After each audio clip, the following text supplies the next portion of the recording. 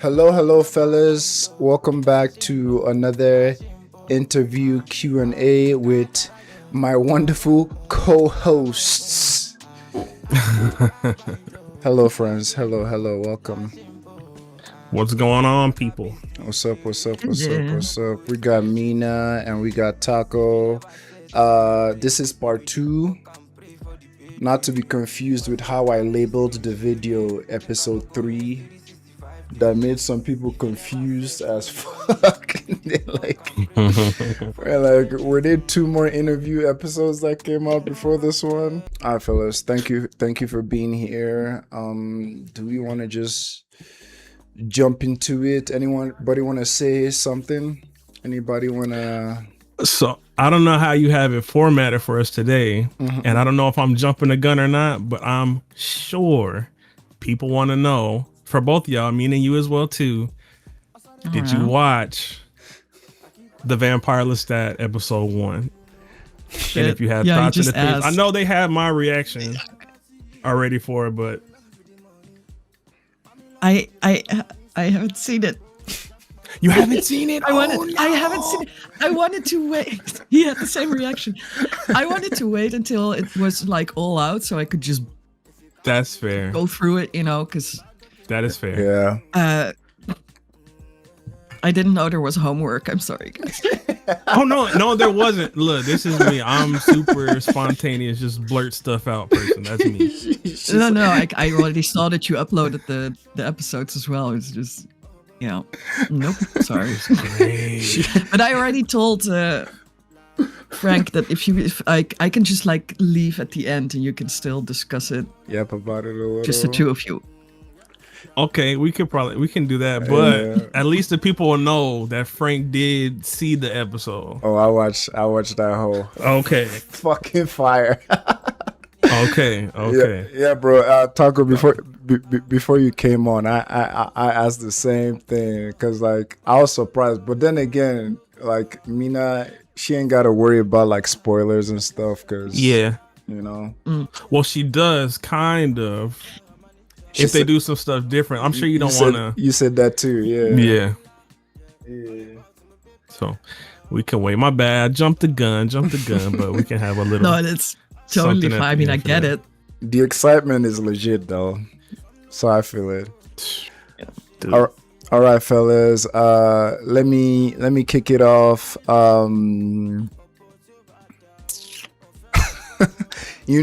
Somehow in that first video, we managed to ignore Armand the whole video. I wonder why. All right. So, fellas, this is from Melissa. At what point in the narrative do you think Armand decided to put them on trial and kill them? Fuck.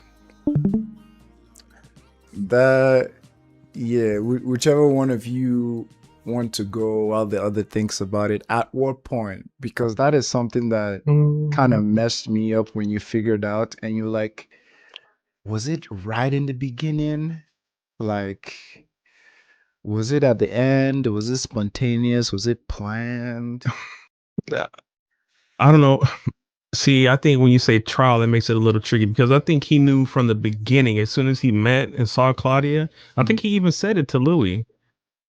Yeah. That she'll have like they say like a damned life. I'm paraphrasing, a damned life or something like that. I think he knew from that point on there was no way she was going to be able to coexist with them for a long time. I think, but I could be wrong. That's my thought on that.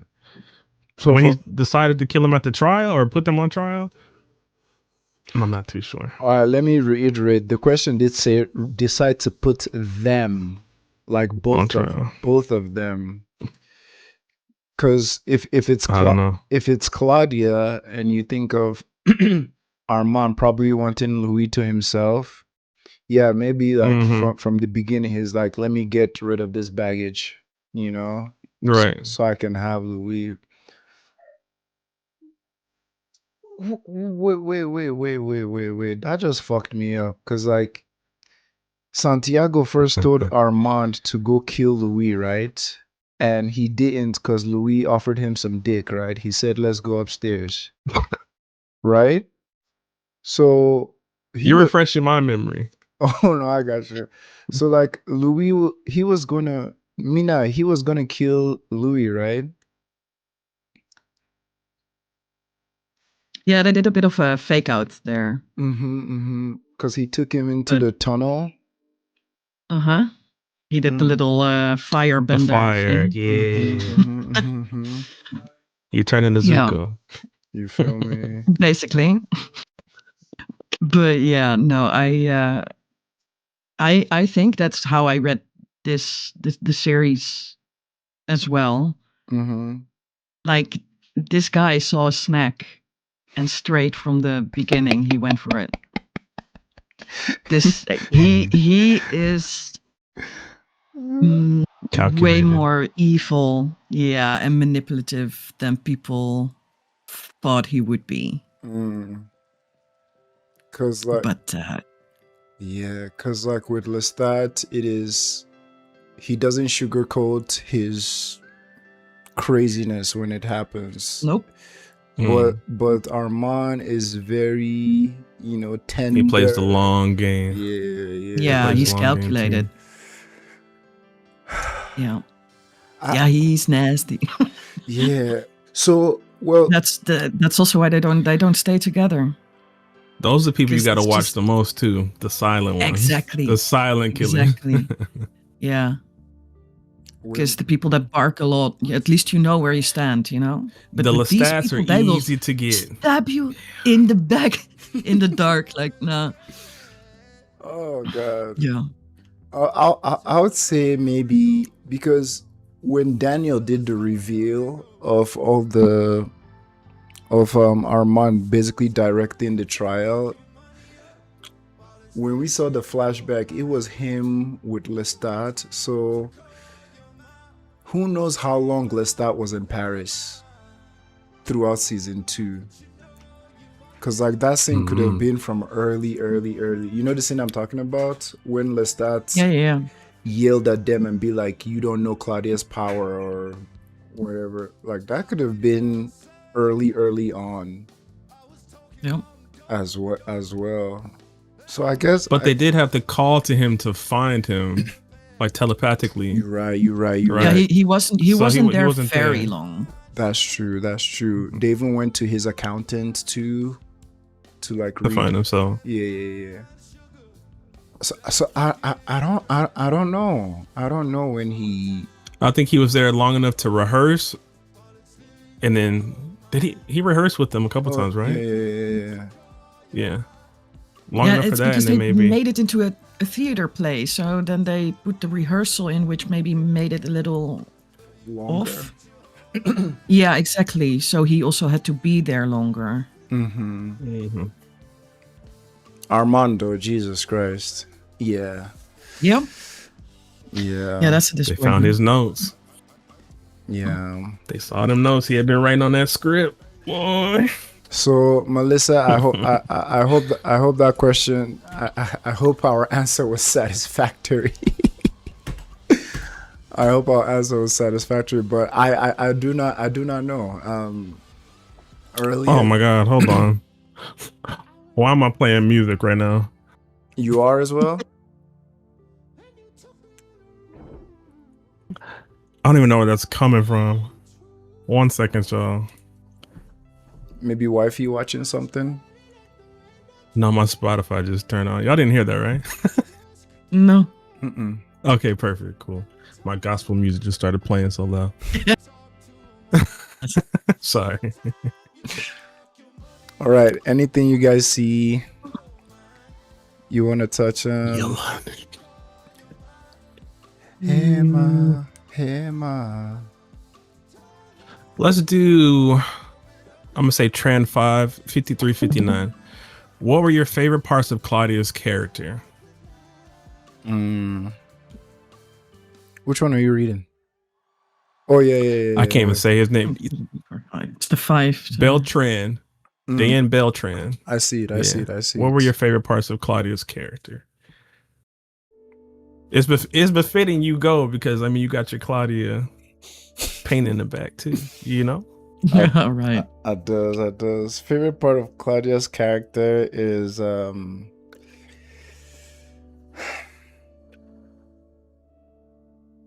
I don't know. She at the beginning, the way she was, unfortunately it only lasted one episode. The way she was like so whimsy and all over the moon about being a vampire. Yeah. It came with some of the crazy parts of it, but the way she was like using her thick southern accent and freaking writing in her diary and everything, that was fun. I remember my reaction to that episode 3 season 1. I was just jazzed, not just because these two vampire lovers are giving us a third dimension of being parents through her, but Right. all that was good. And another thing was like the switch to season 2, the switch of the actress, the switch of the tone, the switch But of, they handled that good though, my god. because I was worried, man. Like when she came out of that hole and in the first scene and Louis gave her a hand to bring her out and she just looked at him, ignored the hand and came out herself. I was like, oh. Yeah. Headstrong. Keep your hands to yourself. So I'm a grown lady. yeah, so that I think those are the two for me. That beginning part of her and the whole I've known exactly vampires, the motherfucker and you. That whole mood, that is I love that shit. I love that shit. But I'm gonna stop now because I'll just start saying every single thing about her. Hey man, you can. So let me just pause. Mina? Yeah, the parts I loved are also the parts I didn't like. It's hard to Go for instance, it. when she's at the theater and they doll her down. They make her the Fuck. baby again. Just her reaction to that. It's just like I guess. Mm-hmm. But then when she's slowly, like the first night, she's all happy and she's doing her part. But then it slowly starts to, descend, and they won't let her. I mean, Armand makes her sleep, eat, go out in this stupid baby dress. Fuck Armand. I all mean, day, for her, bro. that must have been. Also, he kind of treats her like shit. He Yeah, pins oh, her for against sure. the wall. He's like, you have to do this. You have to do this. It's And- my way. And Louis didn't say shit. No, He just sat back there. no. He saw, didn't like it, but also didn't say anything. didn't say anything. Yeah. I think- He thought she was happy. I think, but yeah. Yeah. I think for me it was how headstrong she was, and like that yearning that she had to find like a home, like a place to be. Like she wanted to be around other vampires. She wanted to experience that. She wanted to feel like she still had, to me, from what I got, like she wants to feel like she had a family around her, not just Louis and Lestat, as much as she did love them, right? Yeah. And then it's tragic, like you're saying, because she gets to find those other vampires, but then they even like diminish her, even though she sees that they're vampires. They're doing what she wants to do. They're drinking blood. They're killing people. They're living the life of vampires Going that on she hunts. wanted, but yeah. but still she doesn't really fit that scope. And it's just like, it speaks to her character being that anomaly. Like she doesn't fit in this world. Like even her existence doesn't fit. She's too young to be part of them. And I think that like contradiction within herself, not even from her, but just how she exists in the world, was always so Yeah. cool to see, and how much they could play with that idea and put her in different situations where it just made it seem like, where can this character even exist? And then she finds her person.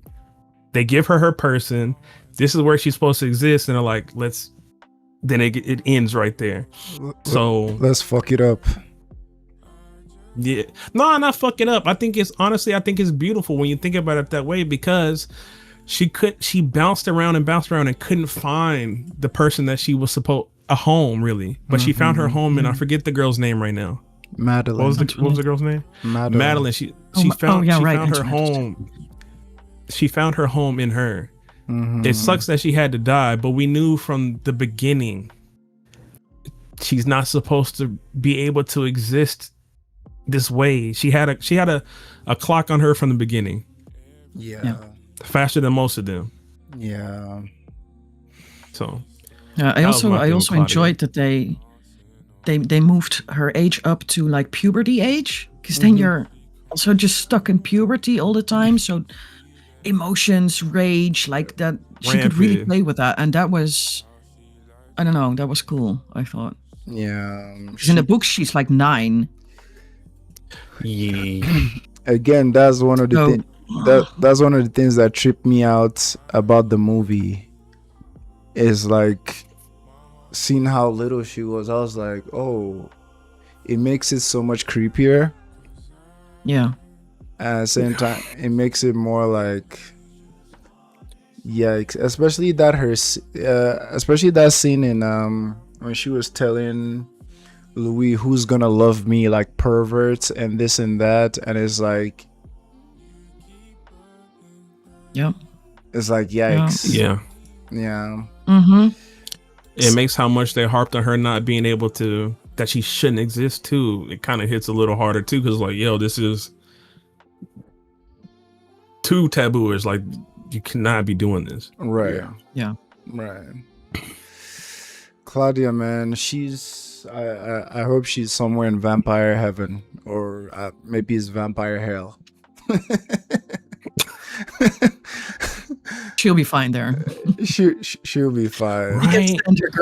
That's the other thing that I didn't mention about her too, is she was so the equivalent to Lestat's banter, to his bullshit. She wasn't just gonna take that shit on the chin. She was like, yo, you fuck with me, you will fuck around and find out. Like, I'm really about it too. Even when we're playing chess, like, I'll get right with you. Man, I'll devise a plan to kill you. Like, I'm her for real. So I really, she was dope, man. She was dope. Yeah. She was. She was not for play. She was not for play. No. I remember going through season 1 and playing a hard ass game of denial in my head, because I'm like, well, we've seen all these vampires in the present. Daniel, I didn't even want to think to myself, where's Claudia? Where is Claudia? Because I knew if I thought about that, the answer is so fucking clear. Especially with people talking about where they were when the Talamasca was sending Daniel the newspapers about the fire in Paris and this and that. I'm like, yeah.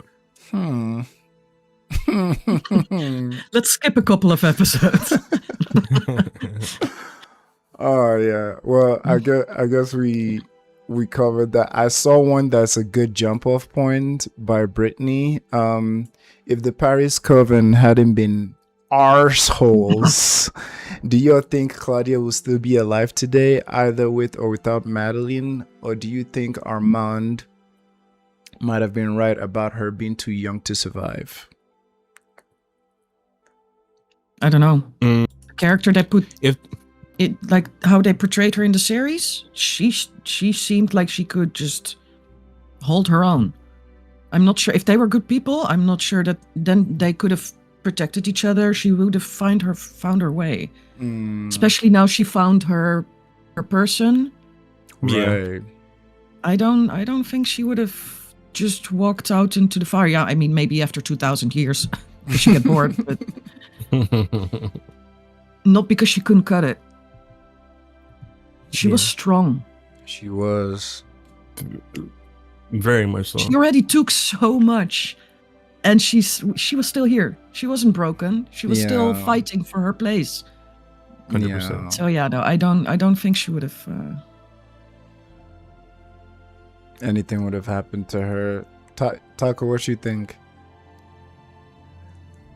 If the Paris coming hadn't been assholes, do y'all think Claudia would still be alive today? I mean, I kind of disagree. Or do you think Armand might have been right? But I think she would have been all right. But I also think I think he's right too.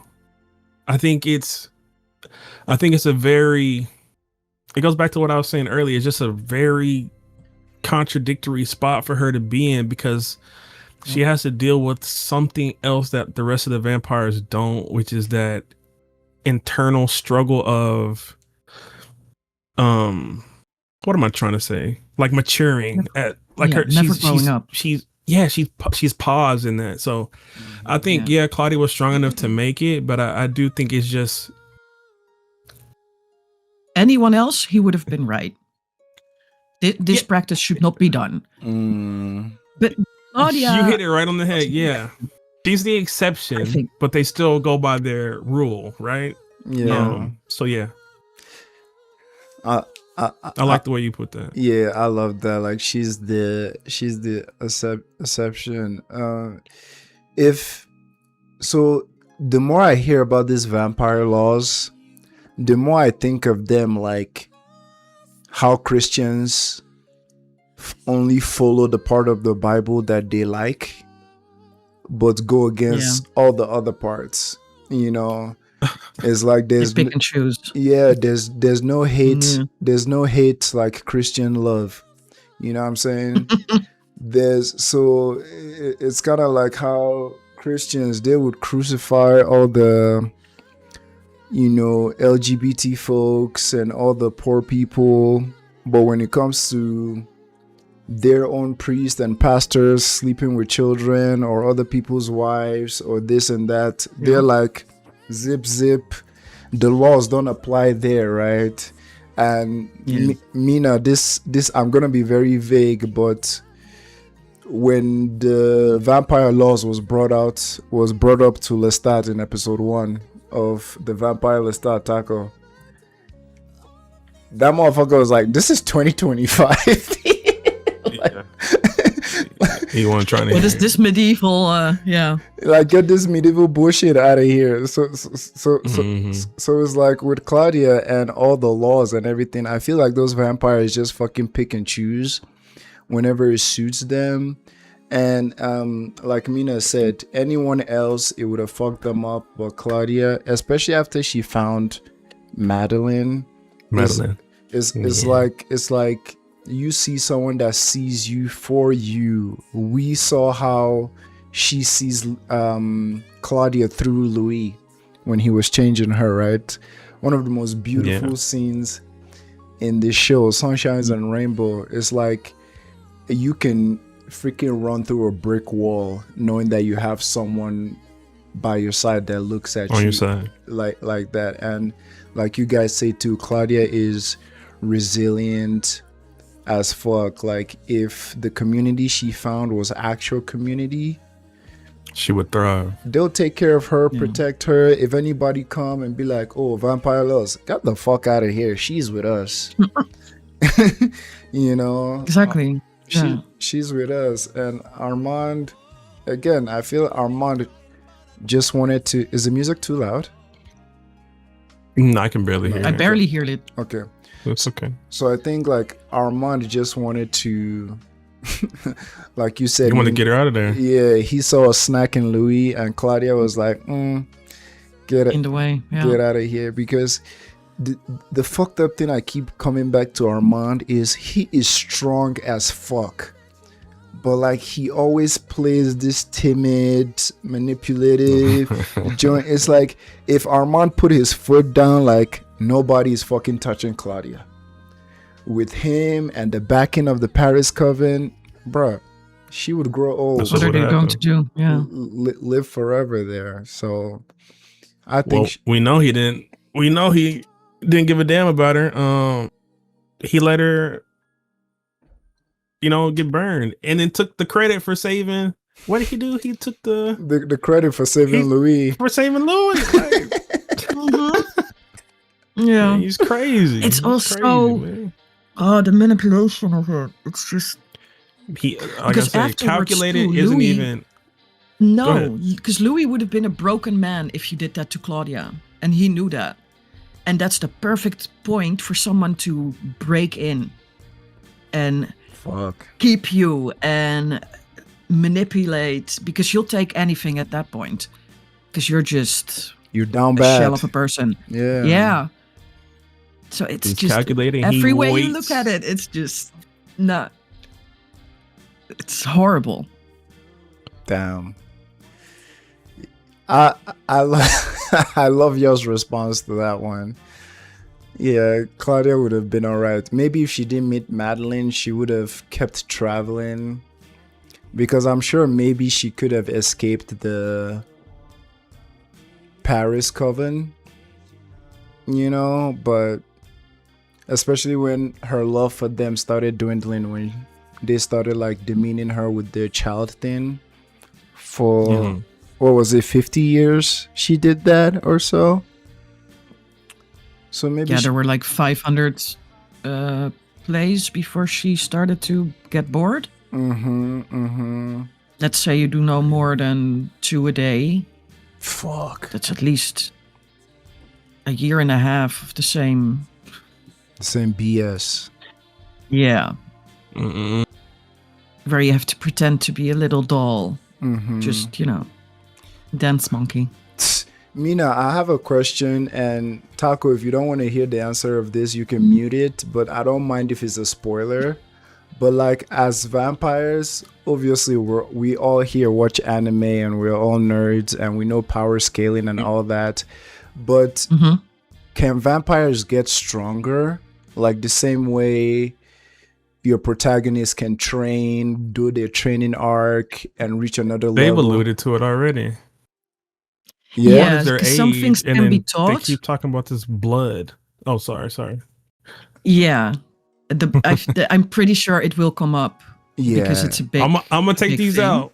Y'all do this when y'all ready. But they've been hinting to this blood being important, and we know the older you are, the stronger you are too. I'm gonna remove Yeah. these. Oh, what? Just hit me with one of these. What? Well, I can just talk first. No. Off, there were. Taco have said it, no, have it, no have it. spoilers. No, I want y'all to have it, but just hit me with one of these. I Tag me back bet, in. bet, Okay. bet. Mina, go ahead. Well, there were some I'll things see already y'all. in I'm the gonna turn beginning this. where. Oh Let's yeah, do that's this. fine. Okay.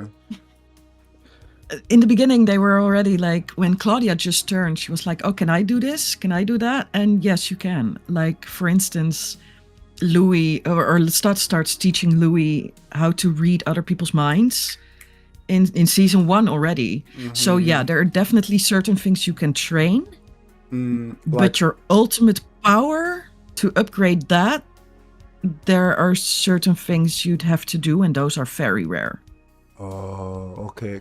I think that's all I can say without spoiling shit. for Okay, you, right? good. Kind of like in the vein of Armand also teaching Louis in Paris how to use fire, Exactly. right? Yeah. So certain powers, certain things can be taught, but your overall, I think, strength, Nepotism. there is a way to enhance it. I mean, because no. the reason I say nepotism is because Lestat keep mentioning how he has Akash or whatever blood, so he can take them or he cannot burn or this and that. So Right. Okay. He already mentioned her. Then yeah, that Yeah. she is basically the blood. Okay. Say no Did more. he mention who she is? No, say no more. No, right? He No, just said okay. he just said at the ending of season 2 when Louis tried to burn him. Be careful with your That- hands now, Frank. I thought you was waving me back in, boy. Oh no. No, he said at the end of season 2 when Louis tried to burn him that it wouldn't work because he has her blood. And then well, I shouldn't mention anything from the Vampire Lestat episode 1. But there was But you do go back, I take it, right? yeah, You get more of his yeah, origin story. Yeah, no, then they'll get there. no, he just said it like he was in a situation where a regular vampire would have been fucked, but he was like, "Oh, I have her blood, so I might be okay." I'm good. Yeah, Yeah. so that's why my brain keeps going to nepotism. Like, damn, like, so you just got to be turned by just the right vampire and the right bloodline, and like you're good. You know, it makes me wonder who turned Armand. You know, and then again, it makes me wonder how strong Daniel might potentially be because he has Armand's blood too. You Yeah. know, and all this. Yeah, Armand was bitten by they say it the Romanus, Yeah. Marius the Romanus, Someone, and he was a Roman, so that's like 2,000 years ago. Some of them are freaking ancient. I love it. I love it. If it, sometimes I wish interview was more like a way more nerdy and anime like to really kind of like Castlevania, you know. Yeah. So you can actually like nerd out with power scaling and all that. But Taco, you can return, my friend. You can return. Which one was that? Man, I survived. But yeah, Again? Hold on. your music playing? What is going on with my headphones? We can hear you. Yeah, no, but it started playing a YouTube video that time. Maybe your computer think it's time to work. No, it's these headphones, whenever you take them in and out, it plays audio. So whatever was on my computer already running, tried to play it. Yeah. They're too smart for their own good. So annoying. Okay, now that y'all have talked about that, I want to add something to my speculation. Nobody confirm anything for me though. I wouldn't know anything. So, but I also don't want to spoil you. So let me see how I can word this. They showed something at the beginning of the episode that led me to the assumption that some of the vampires want it because it could do something for them, whatever abilities or something they may gain from getting it. Do you know what I'm talking about, Frank? I think you already mentioned it. Yeah. It was the opening scene after they burned something. In the other thing that wasn't burned, there was a. Ooh, yeah. So I'm thinking, yeah. like, why is that such a prized possession? It must be because y'all must want to, and try to get, because they kept. Are those the ones who must be kept? I don't know. I don't know if they haven't said that yet. I haven't heard those words yet. So, all right, man. Let's No, I'm on a heater. Let's move on because we're threading on very thin ice. For real? Okay. We're threading on very. But I think I'm on to something. I think you are onto something because, but then again, like it could just be Lestat's fucking vanity. You know what I'm saying? No, what's it? Chekhov's gun we talk about? You don't keep mentioning this person's blood. This person's blood is right here for us not to eventually come back to it, get it, or for someone to have. Yeah, why are we having an auction with it where it's there? You're right. Yeah, so Akasha, you meant, right? Yeah. Yes, I just didn't want to say because I know I don't want to. Yeah, too much because I know you haven't seen it yet. They are in the book, so that's yeah. Cut it out. Chill. Okay, chill. All right. Okay. Cut it out. Cut it out. Okay. I've been waiting to ask this one, and I'm sure some people have been waiting because we touched on it last time. Mina, the whole thing with sexuality and eroticism that I didn't peep, say as much or as little, where that connection came from, where it started, like all that stuff. Let me mute up because I don't even know. Inform me too. Well, I think it started I think the books are from the 70s when the first book came out. And people did pick up that there were two men raising a child, living together. That in combination with the fact that, I mean, they can have sex, but the connection between two vampires is so strong that it's almost, it can sort of replace it. Mm. And then you also have like the bite, which is of course always very almost sensual thing to do, That's because you true. go for the neck, which is a very, Sensitive. it's not only an erotic spot. zone, it's sensitive, it's very personal, close. Mm-hmm. The exchange of fluids. Yes, Lord. I mean, in this case, it's blood, but Mm-hmm. Mm-hmm. I mean, there was in the first episode, Lestat drinks Louis' blood, and he almost falls back like you would do after, Orgasm. actually having sex. Yeah. Yeah, I'm exactly. too because childish for that's this conversation. I'm sorry. that's fine. There's space for it. Don't worry. There's space for it. I'm trying to be very Go ahead, I'm sorry. scientific about it. But yeah, there's many parts that people sexualize. I mean, there's a reason things like Twilight exist. I don't necessarily like it, but I do get where it comes from.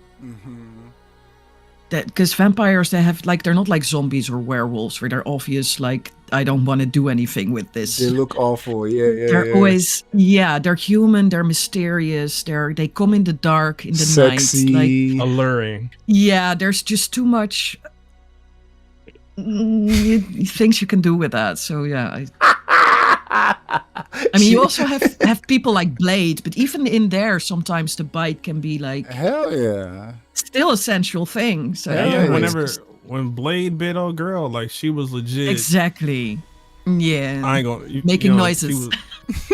toes were curls for sure. Toes were curls for sure. Exactly. You're so right. So something I want to clarify. When you said it was in the 70s and that's where the book was written, are you alluding that just because of how views were and homophobia back then, she kind of used that as a way to, because I've heard like in the movies they're not very explicit with their sexuality in the Interview with the Vampire movie. No, I think that was a Hollywood choice, because there are moments where they seem like they are there is a certain attraction between them that just never go as far as this show does. The show was like episode 1. Yeah, exactly. No, that is more like the books were. I mean, it's never mentioned as like, oh, they are a gay couple or anything, but you just, I don't know, people started picking up things by themselves. Gotcha. So Didn't need to. I guess my question, which would, I'm just wondering if that was it, because if it was, it would be really cool that like, because she wanted to like not put it front and center because of maybe fear of backlash, that like some of those things that vampire do in the eroticism was like a way she could slip it in. No pun intended. This dude. You know what I'm saying? Because Yeah. it's kind of like is subtext. You know, it's not in your style. Okay. Dude. I'm not trying. I promise you, I'm not trying. But like, I just think that would be such a cool thing, that like a way she tried to prevent the sensuality being in your face kind of like became its own thing, where like a lot of the things these vampires do to each other is just like wink wink, we know what's going on here with all these things, you know. Oh, you're saying that became like their, like the vampire signatures, as it went on into. Okay, I get what you're saying. Yeah. Like it came Yeah. from maybe her trying to prevent backlash, but then it just morphed into its own. Oh, when I see this is what I'm basically replacing this with sex in my mind when I watch, because she couldn't do it because of backlash or whatnot. But I'm sure people in the comments will add on too. But Oh, they will add to this definitely. they will. Thank you for that education. You're welcome. I mean, now that you said it, is a no-brainer too. I mean, with the fluids, the body contact, the ecstasy involved with the blood and all that.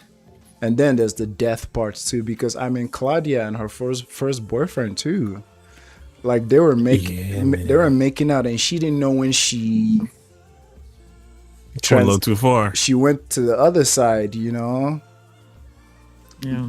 because the That's pleasure. why you have to talk with your children. If they would have just told her, like, you know. That's a good example, man, because a lot of all the things we were taught from the previous generation is just abstinence. Not That's not education. that's not education. That's just denial. Exactly. That's why when the sheltered children, the second they get outside, They go buck wild. They Yeah. go buck wild, boy. that's why Yeah. that's why when we're growing up, there's this whole thing where like all the churches we went to, the pastors' children. We're the worst, yeah. Oh yeah. I don't know man. why that's a thing, but it's just they are broke. Yeah. Because they're the most sheltered Crazy. If ones. nobody ever lets you go Yeah. anywhere or do anything, the first chance you get, Yeah. you're not just gonna do it to a level of 5 or 6. You're about to take it to No. 10. You're finna going go to crazy. indulge. And Oh then- yeah. it's like, Yeah, yeah. I mean, yeah, yeah. people will be people, especially at that age with all the hormones flying around. Like, you need to give them something. For real, man. For real. Is there a... Well, I mean, there's a healthy level to stop, because Lestat and Louis' first sex scene, there was some blood.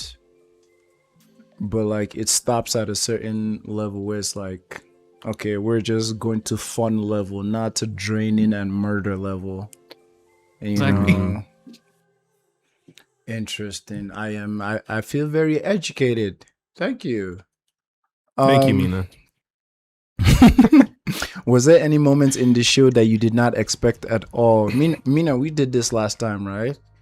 And Yeah. you brought up Daniel. Taco, you were gone, but you know she said Daniel was not old in the books, I didn't know that.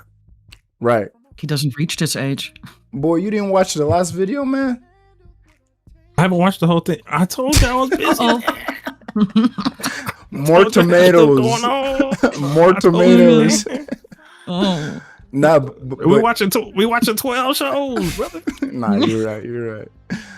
But yeah, man, when Mina told me that, that was shocking, because a lot of things I like about Daniel is his old man don't give a fuck attitude. You know, and to find out that he was just a young buck in the book, I was like, man, I think even in the movie, he's fairly young too. oh, I never seen With- I never seen the He's movie. fairly young. Well, that's basically the interview they had in the 70s. Mm-hmm. That's Legit. the interview they have. And like a couple of months after, he gets the chompers. Yeah, because I think the end they ride off in the car, right? Yeah, in the movie, he rides off in the Yeah. car and Lestat's in the back. Yeah. Yeah, that's With Daniel? that's great. Mm-hmm. Yeah, he pops up and just bites him. Oh. They also changed some little things, so Mm. maybe they wanted a sequel. I don't know. Do you think It seemed Armand? like it. Do you think Armand is redeemable? Is there Do you think Armand? is there anything you could learn about him, his motives, or anything he could do that would made his actions justifiable / forgivable? The floor is yours. I personally don't think when I'm viewing, I'm here to be judge and executioner. I'm not watching the story in the format of can this person be redeemed for what they did. I'm just here to see what all did you do? How far did you go? I want to see how far, like I said, this character's willing to manipulate and turn and do stuff. Like that's what it's about. So for me, I love Armand. You don't ever have to be redeemable. Be the piece of shit that you are at times. We all are. At some, We love a at good some villain. point. I mean, Yeah, be that. I think adding to his character will show reasons why he does the things that he does. But as far as being forgivable, for me personally, those things don't cross into my mind because I'm not taking the story in that sense personally. Yeah. If that makes sense to y'all. Yeah, that makes sense. It's Taco, I fuck with you heavy because like we're so similar in some things, but we're also so different in some things. You know, I know you're different with because like a person like me who in my early 20s, I went through a phase where like I was low-key a piece of shit to some people, and it cost me a lot of relationships that would have been like lifelong relationships. Like redemption means a lot to me. You know what I'm saying? Like I went through a huge phase of like self-hate because my my actions out of greed, my actions out of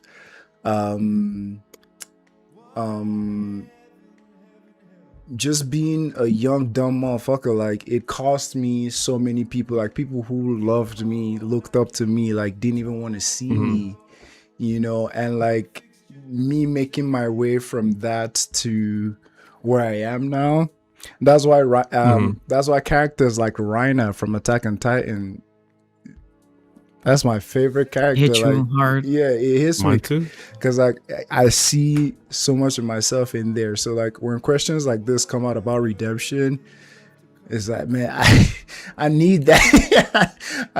I need to see that, and that's part of the reason why I feel like a part of this community really fucked me and like robbed me of that character arc with Lestat, from going from the point where you hate him for what he's doing to these other characters to that arc that the creators intended for you to actually see his side, see his story and everything, and like that hate might turn into love or that hate might turn into understanding. It's like I was robbed of that arc because motherfuckers in the comment being like, oh, just wait till the start point of view. Oh, just wait. Shut the fuck up. Like, let me go through the intended journey. It's like, how the fuck was I supposed to know that season 1 and 2 is just gonna be from Louis and there's other books from this and this? It's like, let me go through that. So it's like, I would have loved to experience like that journey with Lestat, from his all the things to the quote unquote redemption, or like seeing things from his own point of view, and like, you know, so like things like that, I'm like but at the same time, what you said too about like, I just want to see these motherfuckers dirty laundry, see them do all the things. It's not even that so much. I don't ever want to feel like I'm in a position where and it's not to take away from anything that you've ever been through, because we've all been through things. I know, brother. I just never want to feel like I'm missing an opportunity to understand a character that I might otherwise see as in a negative light, because I'm internalizing something with them. I've tried to train myself to release that so that I can take in the full scope of what the writer is trying to give me. Of course, a lot of these characters are pieces of shit, but I have to take a step back so that I can understand every element that you're trying to show me with this character. When I say I want to see all the shit, I don't just mean I want to see it's not The that. dirty I parts. want to No, I want know. to see from this writer's mind how where did you have to go in your mind to find this character, to give him these qualities? Did you have to sit in your room and think, should I really put pen and pad on this? Should I really write this about this character? Should I really make it so where Armand is the reason why Claudia dies? And then people are going to have to consume that. And yeah, of course they want us to have these reactions and be so angry and mad, but I have to be able to step back, because first and foremost for me comes enjoyment of all these characters and the writing, that the display that you're putting on. Like, I need to be able to be like, wow, like you're really in your bag writing this and doing this. I can't go at you and be like, he's a piece of shit and fuck him. I can't do it because I appreciate what you wrote too much. I have to take it all in. Pause. Not pause. No pause. No, because that's a really great way to look at things. At life in general, to sometimes just be able to step back and just see the story for what the story is without judgment. Just enjoy it as is. It's just hard to do nowadays because the spoilers. Yeah. Even enjoy hating it if you need to enjoy hating it. It's hard to do. They did. They robbed you of that.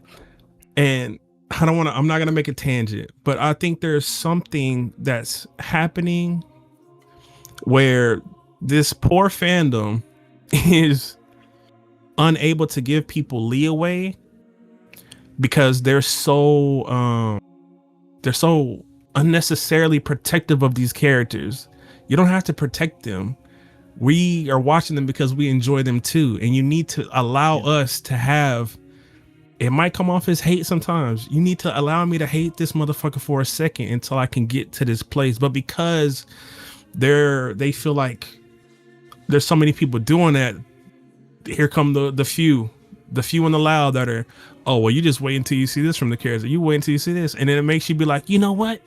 How about I just don't watch this shit? Because y'all won't shut up. I'm just not going or like, why am I even doing this if y'all not going to let me have the experience of it? You clicked on a reaction video for my reaction, not for me to validate what you already know. Here it is. And also, just because I hate a character doesn't mean I don't love the performance. Exactly. It's like with Joffrey in Game of Thrones. People hated on the actual actor.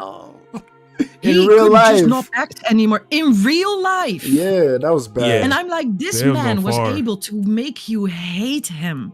How brilliant of a performance was that? That should speak to the performance. I'm not saying like I hate the person. What this character does is incredible, and I still love it. He brought an emotion out of me that mirrors real life to it a bit. Like, I really feel like every time he's on screen, I feel like, oh. But that's the point. Art is supposed to make you feel something, whether it's hate or whatever. Like, to just let that flow, because it's also, I don't know, for me it's cathartic to hate on a character. Just I know they're not real, so I can just let it roll. Because in real life, I would never just, of course, go up to a person like that. I just wouldn't. I know that's real. But it's, that's the whole enjoyment of it. You get to go through it with these people. You get angry, you get sad, you get happy. Feel all the feels. That's a part of it. You get confused. I'm not going to. I'm not going to let myself miss it. It's like going to the carnival with your friends with the intention to ride all the rides, but because this one, they say, oh, well, this one, when you get on it, it makes you feel you get too happy, you get too excited on this one. You're not even going to get on the ride. Well, I don't want to ride that one. I'm just going to sit here and just watch it. No, get on the rides, enjoy everything. You're already here. Experience it. Enjoy it all. Experience everything while you can. So, Mina, do you want to add to the Armand redeemable part, to justify, forgivable? Anything we could learn? I mean, you already know, because Yeah, I mean, it's always a hard question for any character. Any 'cause- character. Yeah, because there are always things that can explain your behavior. Doesn't mean they are justified. Mm-hmm. Yeah. So there's always that balance. Yeah. I mean, I also believe in prison system. Like, you have to be able to work your way to another chance. Hold on now. And if you Mina, we live in different countries that handle yeah, no, prison differently. yeah. For I mean, us- with you, it's just a business, Exactly. which is ridiculous. For us, No, prison is so. that's not. I mean, the ideal prison system where you get a second chance, There you go. where you get to work to be a better person, understand why you did was maybe not the best decision, or like. I do believe most people are redeemable. Yeah. So in that sense, he would deserve a second chance. It's just personally for Louis, Mm. I'm not sure if this was something he can forgive. Maybe forgive, but forget. No. Yeah. Especially the Yeah. Is it the too Claudia big? part. Yeah. That's the part I'm talking about. Yeah. That was too far. That will break something in your relationship. That I Yeah, that's don't gone. think is yeah. It's For them, it should be gone for them. yeah. That's why the whole thing of them being together in season 2, and then I find out Claudia died, and I'm like, Yeah, it don't Why are you make together? no. Yeah. bitch, is this It just don't make no sense. is this just out of spite for Lestat, combined with the brainwashing or the memory editing? It's like, Yeah. because I remember, like, when he said our reactions were so different. Because, like, when he said Armand, love of my life, I was like, what was going on? Taco was like, what the fuck? I was confused. Taco was like, what the fuck is going on? I'm like, here? what is he talking Like, about? get the fuck out of my screen. You know, it's just so ridiculous. But yeah, that's good. There are just some things that when people do it, it's like no going back, man. No going back. Yeah. But good, man. Also, That was a great question. yeah, also I want to skip this one for Frank about criticism in the comments, because I feel like I don't just care about that anymore and I'll like, answer it now. I'm playing. and like if you want the answer to that question, just go check out my the Vampire Lestat episode 1. that was stupid. If you want the answer to if it did, hey, Yeah, because I feel like something Taco and I were talking on the phone sometimes is that, like, I feel like one of the saddest things about, like, the negativity from the fandom is that it almost robs you of the 1001 great parts of the fandom. Like, a lot of those messages and people in the fandom that are nothing but respectful, even when there's disagreement and everything, it almost makes you forget, because, like, the douchebags kind of like stick out like a sore thumb. You know what I'm saying? And they shout the hardest. they loud. It's they loud. They're very They loud. That's why I had to get loud with them. Yeah. Y'all want to get loud? We'll get loud. we can get loud if y'all want to get loud. Shit. Shit. All right, you guys pick another one. Pick another question. Well, I see Natasha's name here. That's gotta be answered. Natasha said, how do you feel the show's choice to change Louis' race impacts or enhances the story's overall themes or messages? That is a great question. Absolutely. That's a great question. How do you feel? Well, anything that I answer comes from the standpoint of not necessarily knowing everything that happened in the book. So I'll only speak to the things that I enjoy about Louis being black and from the deep South as myself.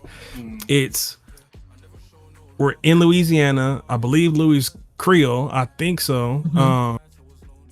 I think they did a great job of showing even the difference in our color, right? Like Louis considered light skinned by black standards. And I like that they showed his ability to be able to maneuver around some of the white people as well. Like normally the dark skinned black dude is not going to be getting that. So the casting of he's just light enough to be the casting, his hair is Kinda just like straight Obama. enough. Just the casting of Jacob for that was great. And then I like that even though he was able to be around those people in the vicinity of them, when the time came, they were still like, oh, but don't get it twisted. You still look like, don't play like, we still look at you as this. And I think that just adds so much to it. Even to go back to him being light skinned, he was able to pimp out his own people. And there's some, I feel like there's some play off the colorism there as well too. Like, I'm a little different than y'all. I'm lighter complected, my hair good, stuff like that. Like, we know what that is, especially down here in the deep south. And to be just to add on that before you continue, to add on that to be fair, that was one of the only occupations at that time he could have and be allowed to, even with the little I hate to use this word, the little grace he was given by society. You know, it's fucked that like he had to do that to his own people, you know, the pimping them out as well. Because he ain't have to do that. No, he didn't have to do that. He didn't have to. I'm just saying, like, out of at that time, there's not a lot that a black man could do in terms of ownership and whatnot. But because that was Section 2, like the vices, like he could have a business in like vices. You know what I'm saying? There's a few things down here in the South he could have been into. I'm not gonna be Bookman, but there's some other stuff Louis could have got into besides pimping out his own people. I'm just saying, dog. There was a few. I'm with you. I'm with you, bro. I forgot what I was gonna say about. I think it was even clever whenever him and Lestat are having conversations, because even things like fledgling, when he says that, when Lestat says that to Louis, now there's the added subtext of, hey, I don't like when you say that to me. It makes me feel like you talk to me like you think you're my master. Double entendre, like you think you're my master in a different way as well too. Like watch yourself. Right. And then them being able to go into like getting access into certain rooms because of Lestat, but then Louis having to play the wall when they're there. It just adds a whole lot of different things for them. Yeah, absolutely. Mina? I love, there's one moment where Lestat is like, you don't do business with me, you do business with Louis. And I love that, because I was like, exactly, you're not, I'm just because I have a white face, you deal with me through get to him. No, just freaking talk to the man himself. Talk to him directly. For sure. What is this? Yeah. With their like 5% and shit. Dude. Which was how ridiculous. And he was at the table with them. He was their peer. They were all playing cards together. He was invited to the game. So you think, yes, I'm in. No, you are fucking not. Yeah. It's, no. Good callback. No. Yeah. The whole race thing. I mean, I would always stand by this, just based on our history, the history of the world, the history of like colonization, racism, imperialism, and what the white man has done to this world. Is like making any character part of a minority group, making them black, immediately deepens the story. Because if there's already a 60% power dynamic, okay, now because of like society and everything, it has turned into like 100%.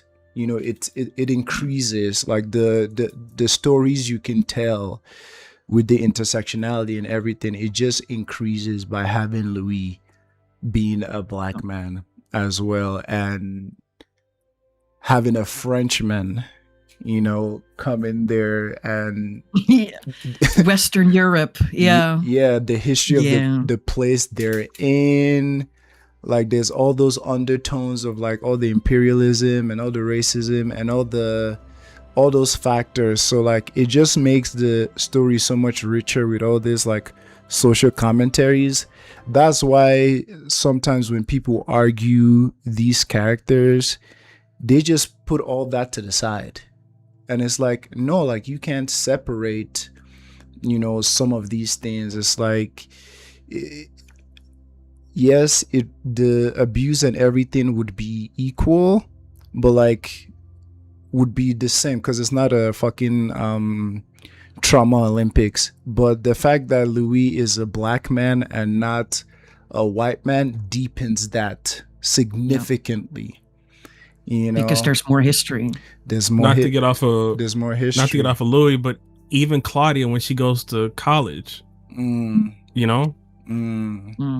dude, with her in the library and the guys trying to, I think the girls too are laughing at her or something. When she was walking by.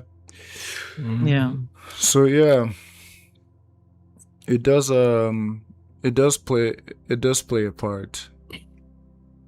A huge enhancer, we'll say. Yeah, exactly. That. And I mean, whose story would you rather hear? Who are the more interesting people? The people that were popular in college, or the people that had to struggle? Right. Minorities are always going to give you the better story because it's they had more experiences, more things to deal with. More of an They're uphill more layered battle. people. Lived experience. And exactly. If you're a white person listening to this, I think I would hope what you're hearing is not, let me defend my whiteness or let me defend that, we have trauma as well.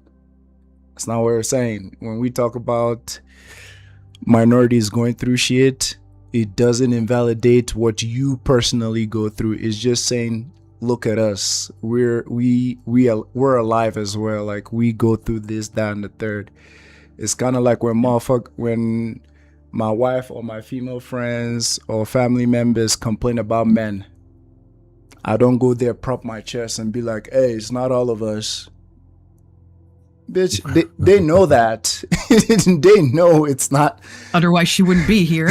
Yeah, they know it's not all of us, but sit with them in those complaints because like we live in a patriarchy and misogyny is rampant. So like you don't gotta defend men or anything like that. It's like, yeah, there's some bozos out built there. in. Yeah. So. So yeah, I think I love all those questions. Of course, there were the folks who were furious that Louis wasn't white for this show.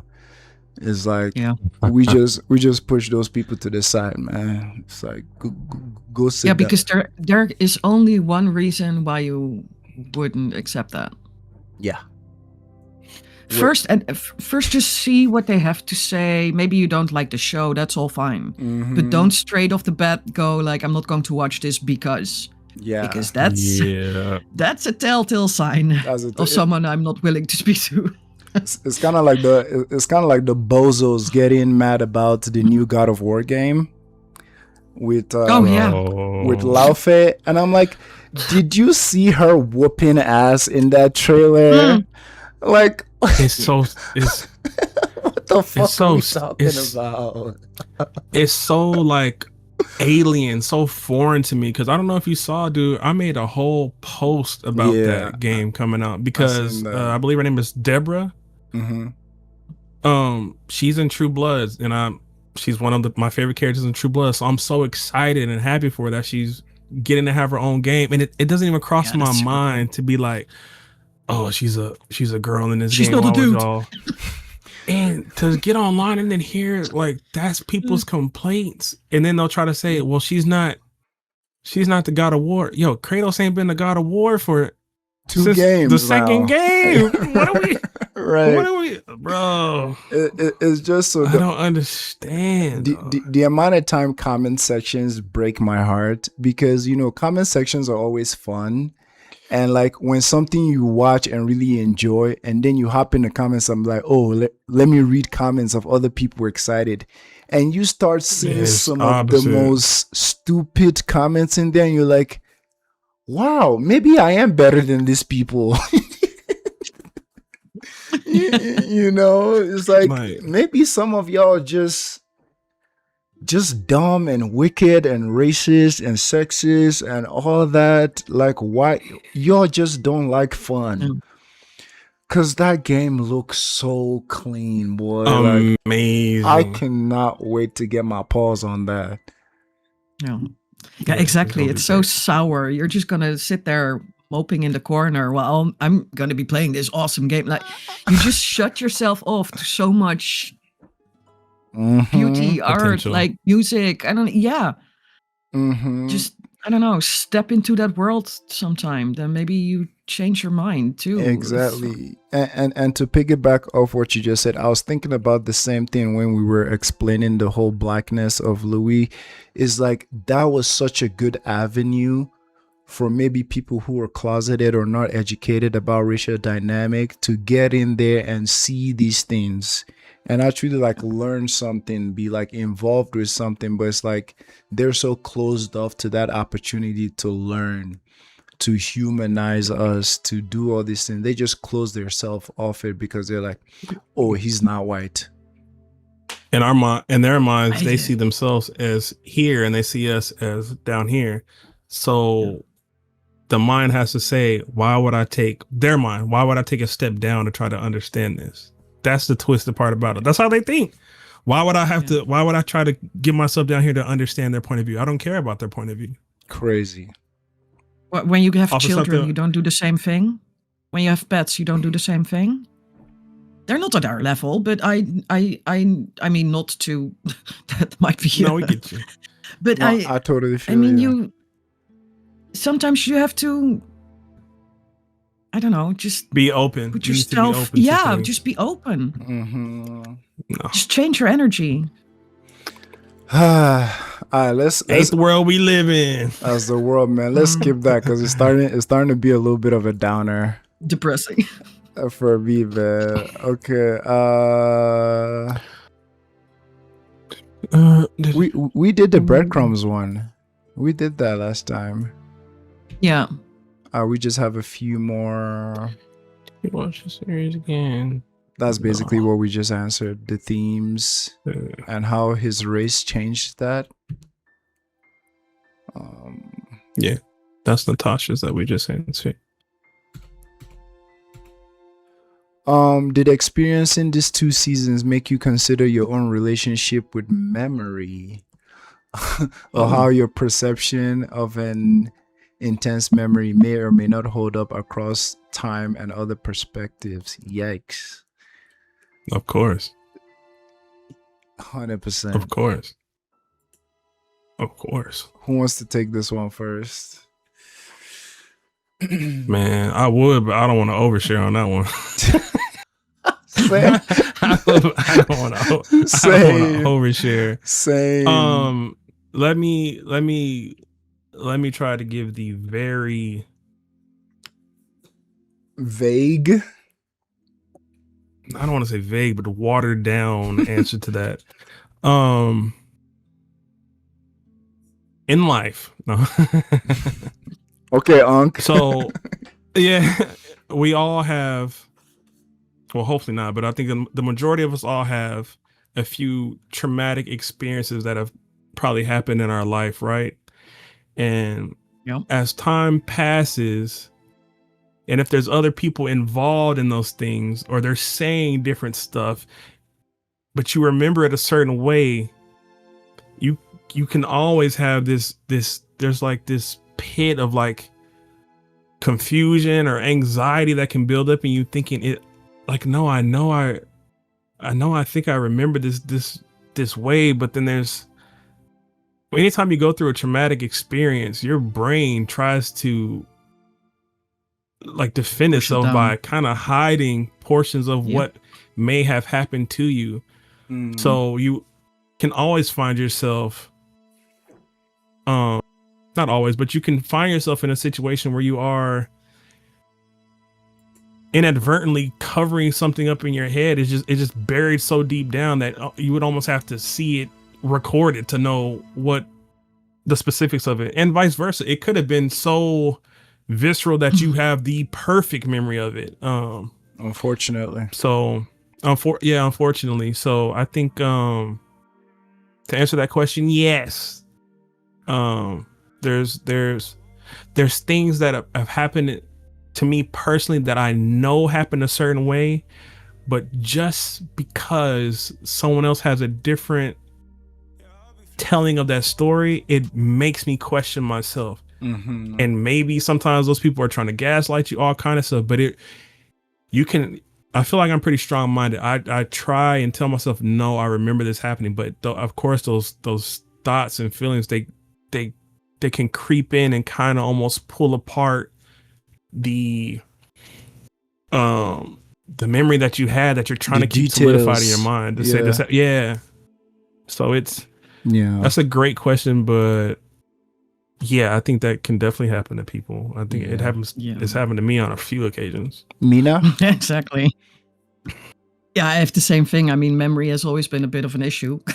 I have entire, maybe even years, periods that I just do not remember. Yeah. Where my brothers are like, "Hey, do you remember this happening?" And I'm like, "No." Huh?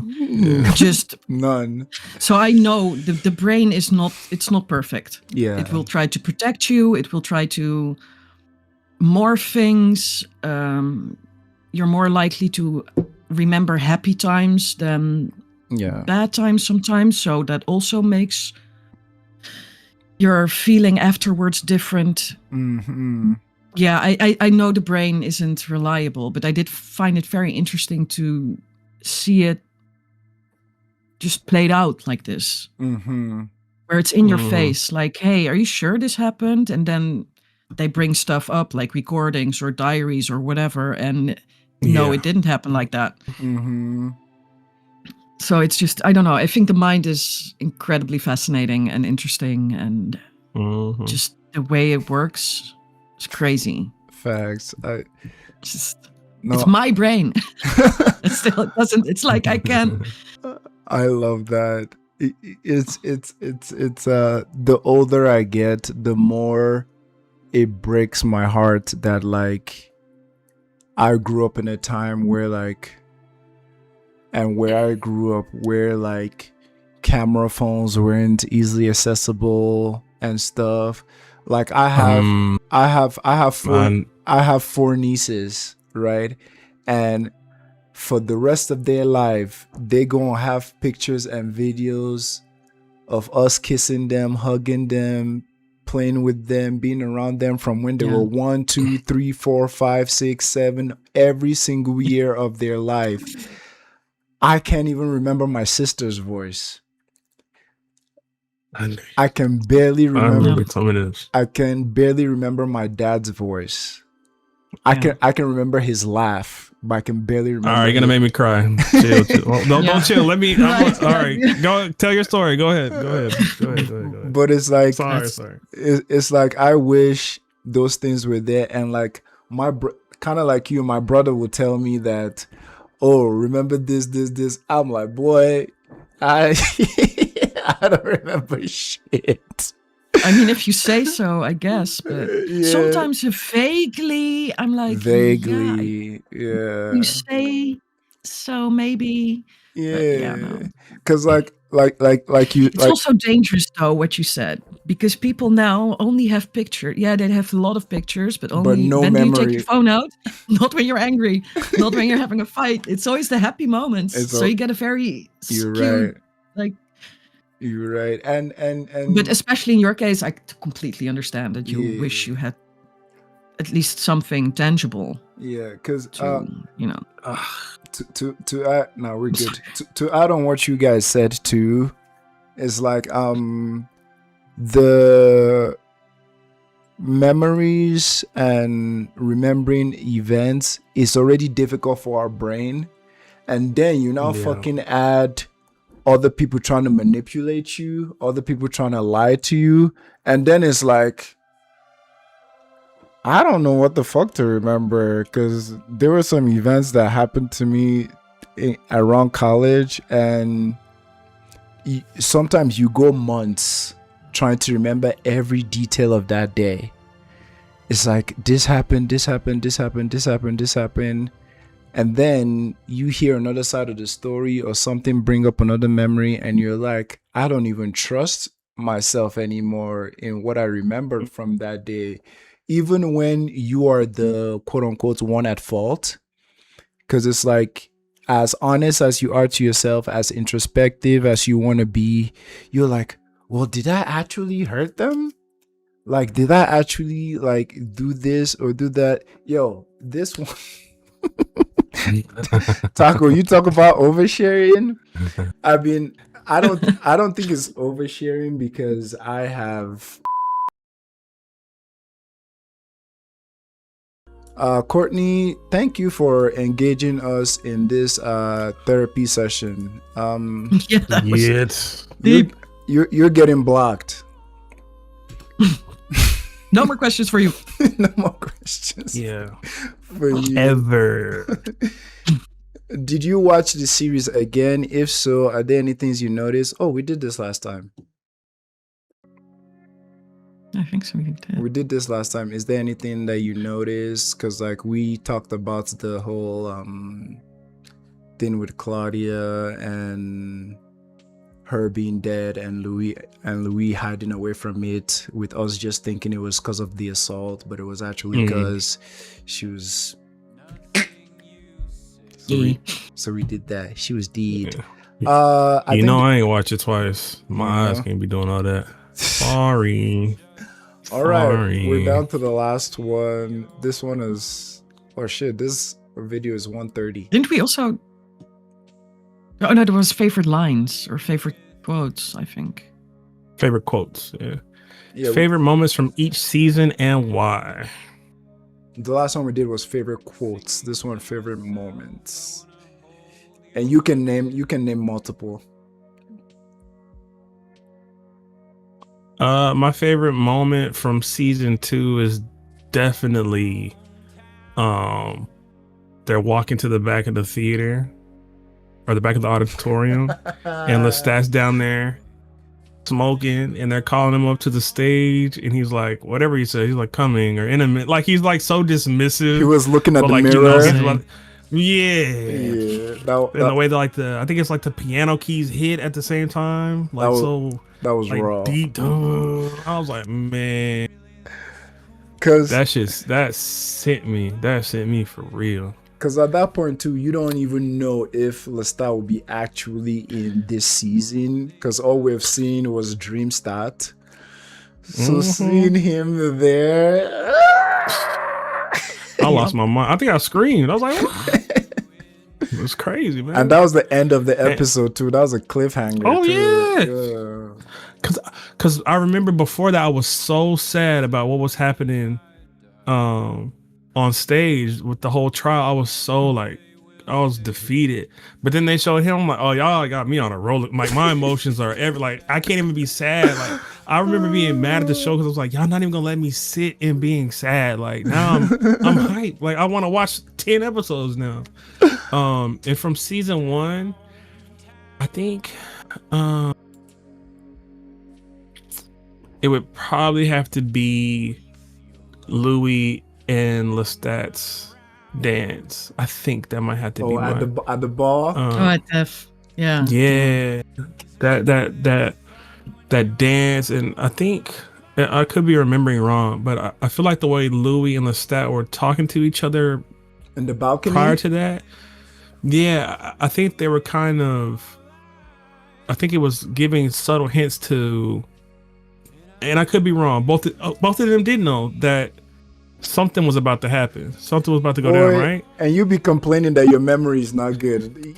You're spot on. Yeah, because but they still wanted to. Yeah.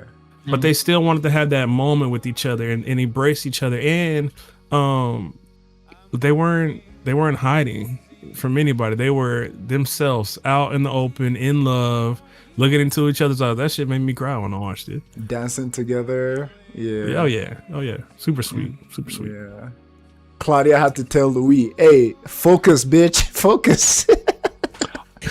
For real. Because he was Yes, so. she did. She was like, "Hey man, hey, stop all that lovey-dovey It's shit. so We easy here. to slip back. It's go time."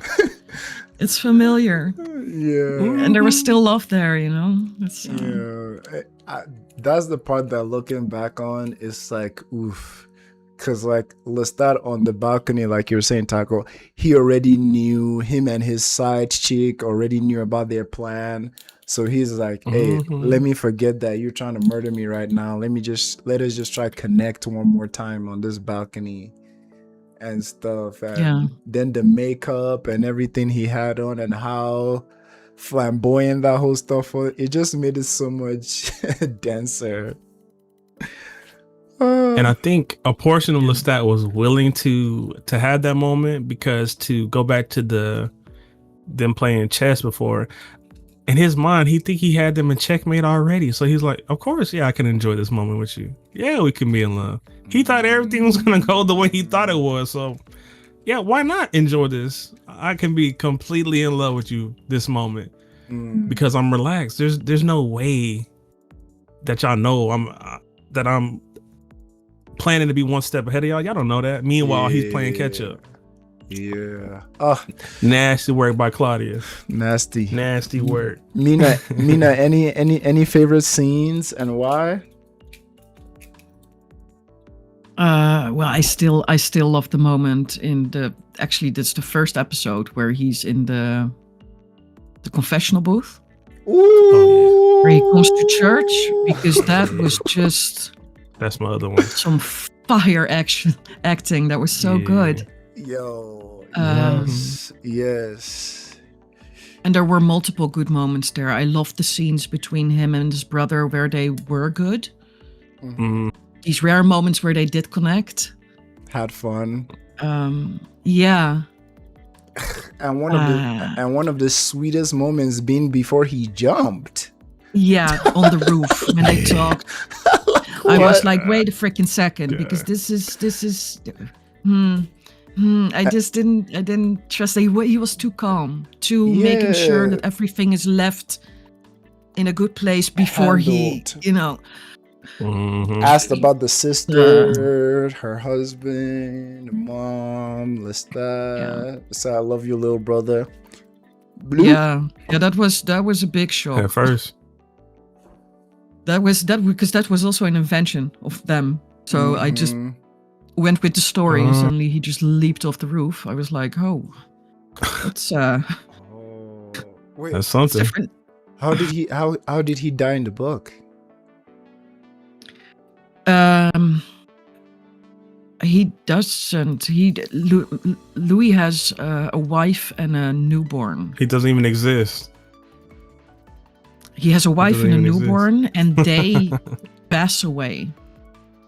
And that's why he's like, I don't see any point in going on. Because his wife and his baby were just ripped away from him. Look at Frank's face. Okay. So, Okay. So no mama. Okay. Which I also loved that dynamic. I mean, I hated her, but I loved She's so conniving. Yeah. So his sister. So the whole wedding scene, loved that. The jumping the broom and shit. That means beautiful. almost eating his nephew never existed. That scene, bro, where he almost ate the baby. Or where he kicks the door. It's like, dude, way to ruin it. So I hate to be getting back into this, but like a reason, you know how you don't want to argue something or press on something too much if you don't have the full information?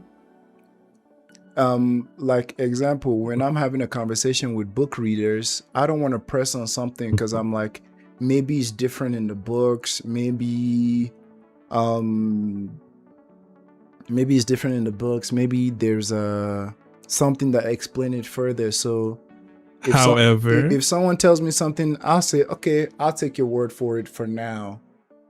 So you telling me Paul was not in the books, and everything we know from Paul is from what I experienced in that season 1? We have the same information about Paul. Okay. If you read the books or not, doesn't matter. We have the same amount of information on this Hold the character. fuck on. That being said. oh wait, no, don't.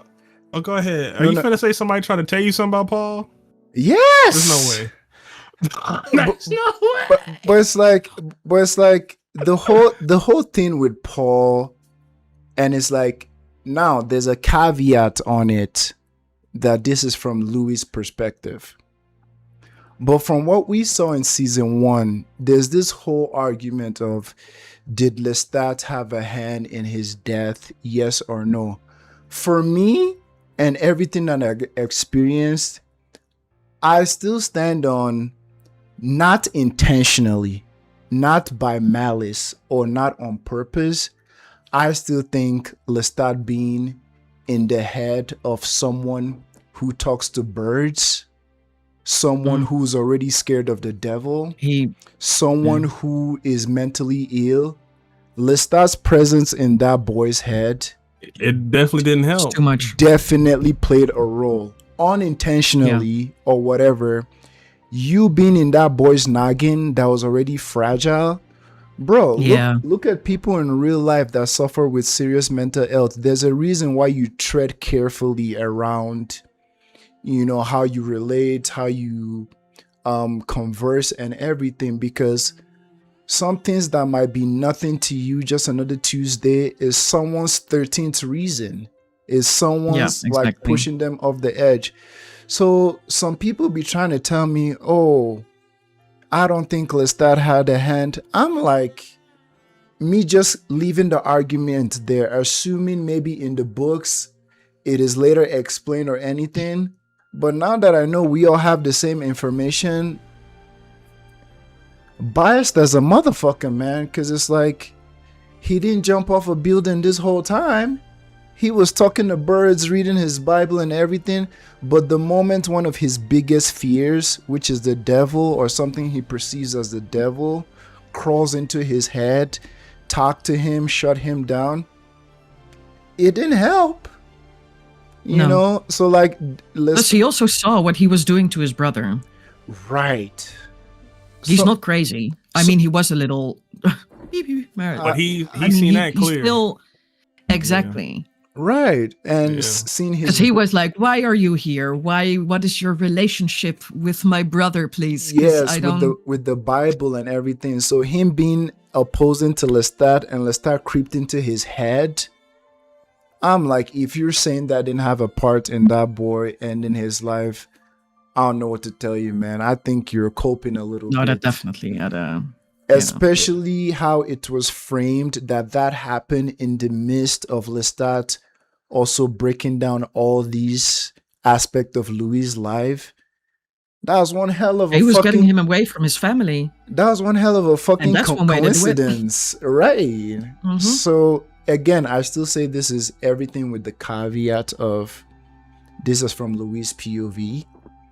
But it's formatted in a way to lead us to believe that there's definitely some foul play there. Yeah. So you're not wrong to assume that at all. And anybody trying to shut you down on that is like, are you watching the story beats? I'm like, yeah.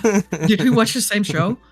I'm like, it's... Claudia even asks him flat out, did you have a hand? And he said no. And I believed that because, again, we do bad things sometimes without malice. If I'm about to make breakfast for me and wifey and I open the fridge and the eggs fell out of my hand and broke the eggs, yeah, I wanted to make her breakfast with eggs, but we ain't having eggs this morning. I didn't intentionally break the eggs. I didn't intentionally not make her eggs for breakfast. It just happened. That don't mean I had any malice, but it's my fault we're not eating eggs for breakfast. So it's like, yeah, Lestat didn't mind control him to do a backflip off that, but it's like, bruh, you being in his... But you open the fridge, dog. you know what I'm saying? Like, you being in his head is... Wow, I mean, the amount. Yeah. Next thing you're gonna tell me, Lestat didn't exist in the books, bro. Because at this point, Yeah, it's just Louis. at this point, this showrunners make everything. Okay. Favorite moment season 1. I mean, you already said that whole pilot was a masterpiece. Fire. I remember how I felt watching that. I'm like, this can be its own perfect short movie. Excellent. The Lestat actually showing his power in the church, like Louis Punching that dude through his head. like Louis' whole confession. Oh my god, bro! Their sex scene, floating, like all those from season 1, amazing. Season 2, honestly, bro, anything around Claudia and Madeline, give me that. Everything. There's another one with them too. Damn, I should have said that one. Which Dang, one? Go ahead. There's a moment where Madeline and Claudia are talking outside of either her shop or the theater, and I forget the specifics of it, but it's like Madeline's asking her about the theater, and if kind of like I think she's asking her like if she feels like that's her home or something, and kind of alluding to maybe your place is truly with me.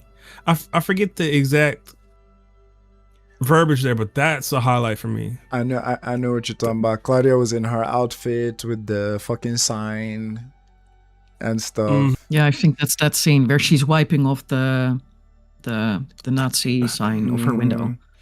I think so. It's like the whole. I think the whole vibe there was like, oh, I'm not wanted around here. You're probably not wanted where you are in the theater. So kind of hinting that like union with and she was pretty sly about it. She wasn't straight. Yeah. It's like, But they both were. They matched each other's energies. Yes. So that was perfect. It was like wink, And wink. the moment at the end too, where she just stands by her. Mm-hmm. The only person to do so. Only To really just be like, well, if this is it, then this is it. fuck it.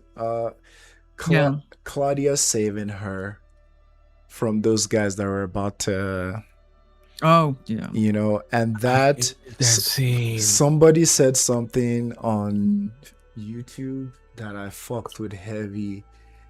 They were like, that was also low-key Claudia taking her power back because no one saved her when she was getting assaulted. That's fine. You know, I ridiculed that scene. Yeah, I ridiculed that. Yeah, I did. Only because, and everything you're saying is, I'm with you. I know. At the time watching it, I was like, I was upset because it was like we were giving a character development by introducing rape, sexual assault again, and I was like, man, like, and you know, this is off me reading Berserk, 100 chapter of Berserks and all this stuff. So I was in it's that like, mindset of, dude, every time a female character needs development, it's like they try to introduce penises. Like, stop it, bro, stop. And like, Miura is an amazing writer. Like, he created Berserk, but bruh, every other you're seeing it, right? We Taco and I be talking, bro. Every other chapter, someone is about to get raped. It's bad. Like it's really dark. And I guess maybe what he was going for is like, that's one of the most evil thing men do that you can do to somebody. Men do to people, like that, taking away of agency and whatnot. But it gets to the point where it's like, okay, bro, at this point, are you indulging a little bit? Yeah, exactly. Because if it's too much, then you're just using it as a. Yeah. It doesn't help if you're a speed reader and you're reading something that came out monthly. So true. If you see it in the format where he's releasing it, where it was once a month, you're like, all right. But if you're speed reading, you're like, bro, every time I flip a page, it's like, what even a horse, like, what the fuck is a horse doing? Yeah. I know you know what I'm talking about. The horse? No. We like, stop, bro. Nah. So yeah, that scene, when your reaction to that scene came out, like, I know there was a little bit of pushback, but like, I totally understand, because we be talking about shit like that, and it's like, it's kind of like Sansa in Game of Thrones. Have you guys seen Game of Thrones? Where it's like her whole thing is, oh, through her abuse by all these men is what made her strong and powerful, and it's like, but then you're kind of giving credit to the men who abused the men her and what they did, to her, so, and it's like, so no, It's some we made you this way type of shit. pipe. It's- no, down, she's man. strong just in spite of that, not because of it. Yeah. It's Yeah. Mina, what was your most emotional scene in both seasons that like had you in the feels, had you emotional, all of it, even when you knew stuff was coming? yeah, sometimes it's even harder because you know what's coming, because you see people saying things or discussing things, promising things, and you're like, nah. I had a moment in season 2 that I really loved with Malloy, because I also haven't discussed him a lot. Usually when he was in a vulnerable spot, it was out of anger or out of fear. But there's this moment between him and Louis where he's like, did we not? I'm not sure. Did we? I think that we did, but maybe we didn't. And he's... I need this for me. Yeah, and he becomes vulnerable in a different way. Like he almost, his face becomes soft. He starts to tear up a little. Like it's stuff like that that often catches me off guard. Oh man. More than the big moments. It's always those small, human, just deep feels tangible that moments. pour out. Like, yeah. I love that. That sometimes get me by surprise. You're talking about when he was inquiring about what happened in San Francisco, and he was like, please Louis, I need this for me. Like, what happened? Exactly that conversation. Yeah that was finally a different side to Daniel as well. Finally. Well, yeah, because up until then he's very defensive. He's very and fuck off. Very like and there like the shell came off a little, and I was like, now I see the boy that you picked up. Yes. All those years ago. That night. I see vulnerability. He's letting down his wall a little. And that's just it takes a lot to do that as if you're a person like that. So that just it was endearing. And the way he acted it out too, like he's such a great actor. And you saying that, I love that you brought that up, because with Malloy, whenever I remember him, I always just go to the fuck y'all energy. But like the that wisecracks, that energy is good too, because I remember the first time he let his guard down when Louis got emotional, and he asked Louis, we could take that break now if you want. Like, that was the first time he actually like empathized with Louis, aside from the fuck you energy. And I was like, oh wow, this man has a lot in there and going on. And maybe the fuck you energy is just like a big shield and defense mechanism, you know, that he ploys. Well, that's a good one. Any more before we wrap? I need to go back to bed.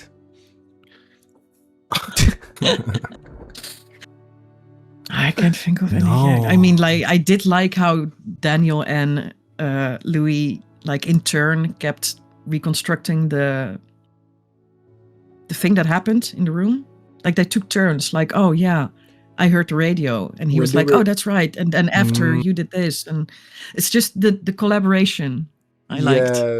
Because usually they're on opposite sides of the table. One is the interviewer, and one is but this they both went through. Work So together to give us. Yeah, they it got them on the same level. Mhm. And then Armand comes home, and they're both like, Yeah, they. "We need to talk." You're So right. that was, yeah, it's those small moments, I don't know, that I just really enjoyed. Bro, that was fucking amazing how you described it. Cause yeah, Armand has just went for his hunt, for his run, and that's when He comes back all fashionable, like with his glasses on, and trench coat. And these thinking two he's still in nah, control nah. here. Yeah, Mhm. the way they both looked at him, I was like, and he knew something was up. Yeah, He knew. It's kind of like when you're little and you do some horrible shit and you're hoping your parents don't realize. And it's like your They parents already got your number. Yeah, Mhm. yeah. and you can tell, You can tell but you that. tried to stall that moment. Oh my Yeah. god. One of the biggest thing. This is the last thing I'll bring up. But one of the biggest thing that confused me with season 2 is how the power dynamic between Armand and Louis shifts a little bit. But yeah, that confused me too. Because what I was thinking was, is Armand just like going back to his old like trauma response, what he's used to of being like controlled and everything, or is it more of a relationship, romantic, sexual, like dom and sub thing going on there? Mm-hmm. You know, Yeah, Or is he even just allowing this just to keep Louis as a trick? Fuck. because he manipulates. That's what he does. He plays the long game. So it could be a mixture of all those things. You're right, Mina. We need your big brain from the books and everything. Like, you know what I'm talking about, right? Because like there was a point where like Armand even started calling Louis Metra, and I was like, what the fuck is going yeah, on? that was going on weird. That here? felt a little BDSM to me at a certain point. Especially the head in the coffin, ass up, and read the poem to me. Y'all remember that? Yeah, Yeah. yeah, that was amazing. Yeah, yeah, it gets a little. I mean, what y'all do in your coffin, like that's. It's just. I don't know. Because like, I also felt it was a weird relationship between them. That's why my mind Because gets it- stuck on. Go ahead, Mina. Go ahead. No, it was just their constant bickering. They held things over each other's heads. The chemistry between them was so different from Louis and Lestat. I mean, of course, that was explosive as shit, but there was also so Clear. much love there, like deep love, Mm-hmm. like actual attraction, and I did not feel that. But I'm not sure if that's an acting or casting thing, if you get what I mean, or if that's I do. something they've written in. So I wasn't sure what to think of that. with how good the writers are and how great the actors are, it had to be intentional. I think it's on purpose. Yeah, Yeah, I think it's mainly for us, maybe to push us away from Armand again. And I feel like it's intentionally obtuse because even the introduction of the love of my life is like, yeah, it's very Huh? corny. Yeah, it's like, what? it's a little too thick, yeah, a little too rehearsed. Too, I don't know. Just Could you even say Louis actually loved Armand? Because throughout that time, he was still seeing Lestat. Like it's kind of like Was it? it's kind of like getting in a relationship when you're not over your ex and you still love them and everything. So it's like you're performing all the love things, but like it's not really deep. And then vampires needed companion. Maybe he just needed Armand because Louis lies to himself as well. You know, maybe He was still trying to piss off Lestat, right? right. I mean, that's why he stayed with him after Claudia died. You know, he told Lestat, this is your punishment, and then he kissed Armand. you know. Yeah, so the whole Yeah, whole but then what are you relationship trying isn't to do even. here? It's just based off that. It's not. Exactly. It's really fabricated. It's real fabricated. That's not a good basis for a relationship. No, and Yeah, I'm gonna punish you. and, Yeah. and not to justify Armand, but I think that's one of the reasons he was so manipulative too, because he's smart enough to know Louis doesn't love him. He's Not in the way that he loved Lestat, because he can Lestat. feel him thinking of Lestat all the time. exactly. Mm. He's like, oh, Bruce, sure. Yeah. He knows who he's thinking of the whole time. Yeah. So maybe, even if he did love him, it was definitely not the same.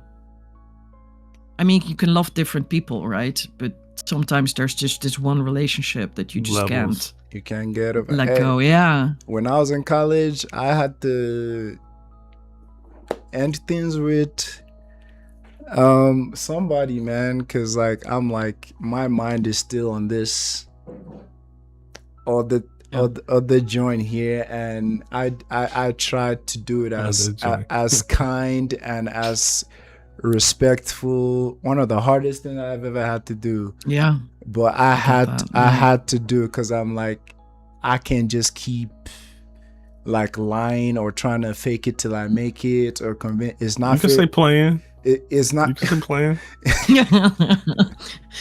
it's not fair to you at all, and I had to be like, hey, because Or to you. this thing is 'Cause still it's just, on my mind. Like I can't. So I can imagine if Shorty was Armand, she'll be salty as fuck and try to manipulate and do this and that, and it's like, yeah. well, I look forward to seeing more from Armand, because I mean his little backstory at the museum to Louis, I felt that in my chest heavy. You know what I'm Yeah. saying? You went through some shit, Arun. Oh, yeah. But God Yeah. damn it. That doesn't justify. It explains, it doesn't justify. But It's always the same. He also has his own book, by the way. So who knows? I heard that recently because someone said in the comments the book Armand. I was like, oh, well, does Claudia has a book too? Me and Taco were talking about that yesterday. I'm like, a book with No, Claudia is like the one. She is like a singularity in this whole thing, basically. And I think that's also because Anne Rice just wrote her to cope, you know, with her baby. Yeah. with her own daughter, who was 9 when she passed.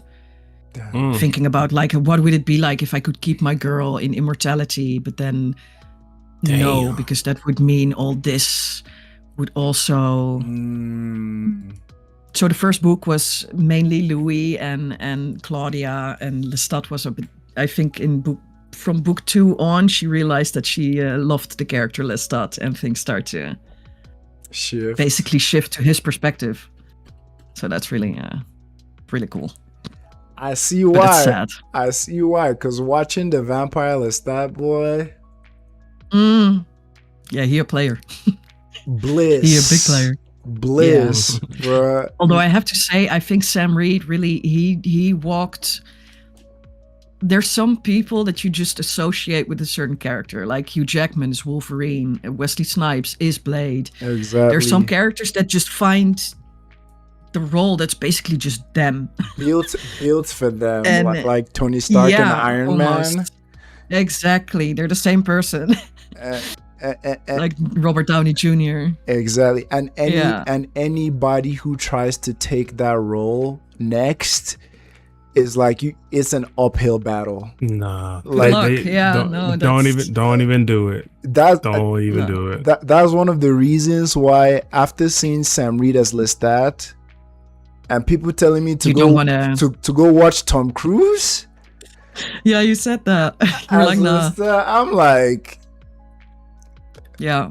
Although I like- do have It to say, wasn't- because I said that last time, like I'm not a Tom Cruise fan, but this role, you liked him for that. he was a very good Lestat. Yeah. It is some very good, I don't know. Damn. He's the perfect. That's Santiago. Antonio Banderas is Santiago. That boy Zorro. Zorro. That boy Zorro, definitely Zorro. Desperado. Desperado. Armand. Well, Yeah, in the books he has red hair. oh. That's kind of what I liked, because the painting they're looking at, Hmm. the what you said in the museum, he actually looks, in the books he looks more like the kid you see on the painting. Interesting. So that was like a little Easter egg for I book think a little readers nod there. to, yeah. Yeah. Huh. Well, whenever Yeah. that book comes up, man, I'm gonna be on it, cause like something I've seen from the fan base too is like a lot of people love Armand. You know what I'm saying? So I'm like, my experience with season 1 and Lestat obviously changed in season 2 with Lestat. So it's like now I know more. So now my experience with Armand in season 2, let's see if it changes in Vampire Lestat, or if it changes whenever Armand's own come. Like, I'll see. But for now, bruh, you can eat rocks, man. You can fucking eat. I really Yeah. enjoy dude. I do enjoy dude though. I enjoy He is him.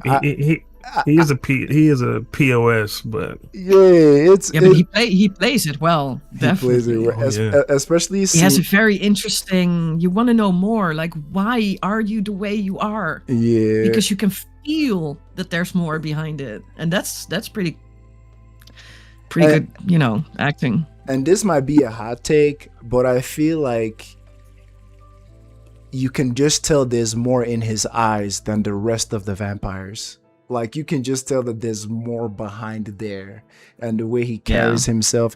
Maybe he's just a great manipulator, and that's affecting me as well. But like, he's one of the older ones, right? Yeah, he's old as He's one of fuck. the older. yeah. So he's also just seen a lot. I think that helps Mhm. with.